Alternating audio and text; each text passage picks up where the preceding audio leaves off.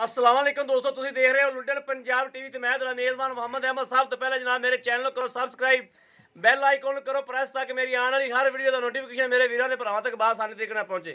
जनाब वीरों वास्ते हमेशा कोशिश करी दी है सोहना सुथरा जानवर लैके आइए।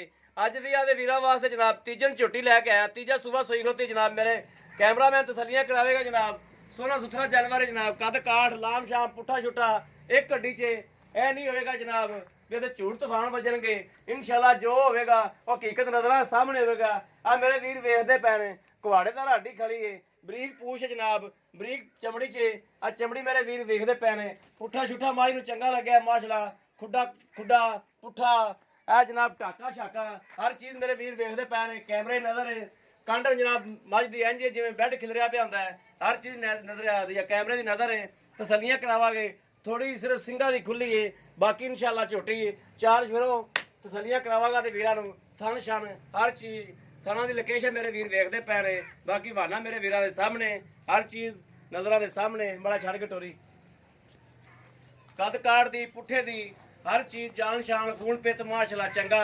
बाकी तसलियां करावांगे। बिल्लियां अखां च जनाब थोड़ा जहा मत्था चिट्टा वा, बाकी जनाब बिल्लियां अखां हर शय मेरे वीर देखते पे ने। टोरा फेरा जानवर का हर पूरा व्यू करावागा इंशाल्लाह, कोई चीज़ नहीं छड्डांगा नहीं।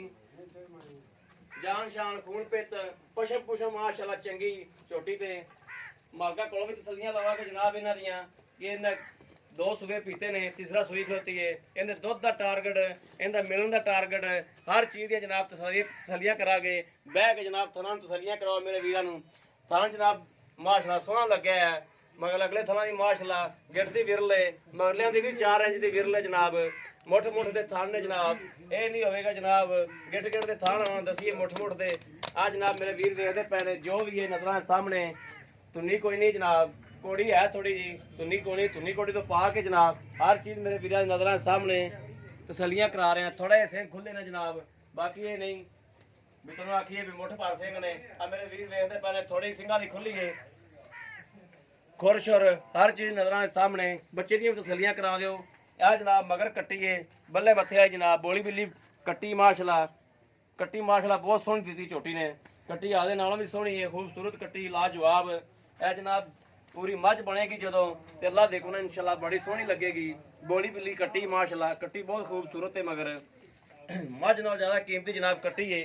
बाकी हर चीज़ मेरे वीर देखते पे ने, छज्जे छज्जे जिहड़े कन्न ने लाम शाम हर चीज़।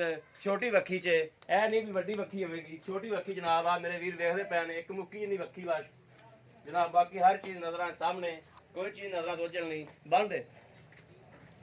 मालका को जनाब तसलियां करा के सूई नूं किन्ने दिन होए ने, 5 दिन होए ने या 10 दिन होए ने या 2 दिन होए ने। यह नहीं होगा जनाब सूई नूं 10 दिन होए हुण दसीए 2 दिन।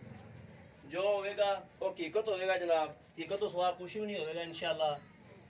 हर चीज़ की तसली करावागा। अस्सलाम वालेकुम भाई, उरे आओ, उरे लिया कैमरा उरे लिया, इधर लिया इधर।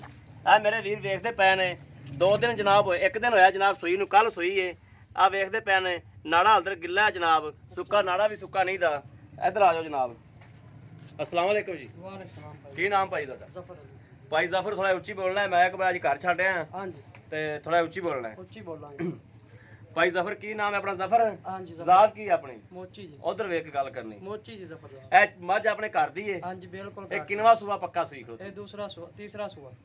तीसरा सुबह सूई खलोती? हां जी तीसरा सुबह हुन सूई। 2 सुबह तो पीते ने? बिल्कुल जी पीते ने। पिछले सुबह दा दुध दा टारगेट जेड़ा सही सही दुध दा टारगेट, दुध कितना टाइम दा करदी थी? ओ पिछले सुबह तक कर दी 10 किलो बच्चे नु चुका के।